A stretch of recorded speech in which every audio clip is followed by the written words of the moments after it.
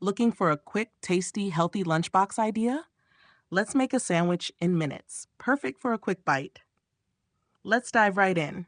Prepare your vegetables by cutting them into medium-sized pieces that fit in your chopper. Use shredded tuna fish. Now, let's make a tasty tuna salad. In the chopper, finely chop a quarter of a red and yellow capsicum, 2 green chilies, and half an onion. Keep the chopper on low speed and pulse for just 2 to 3 seconds so they don't get too mushy.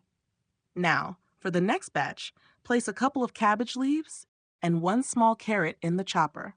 Start on high speed and chop for 5 to 7 seconds until everything is finely chopped. Place the chopped vegetables in a bowl. Add 1 can of shredded tuna fish to the chopped vegetables.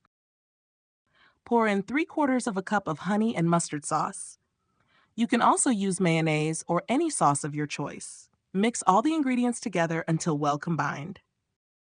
Spread the tuna salad evenly on a slice of bread. Gently place the other slice on top and give it a light press.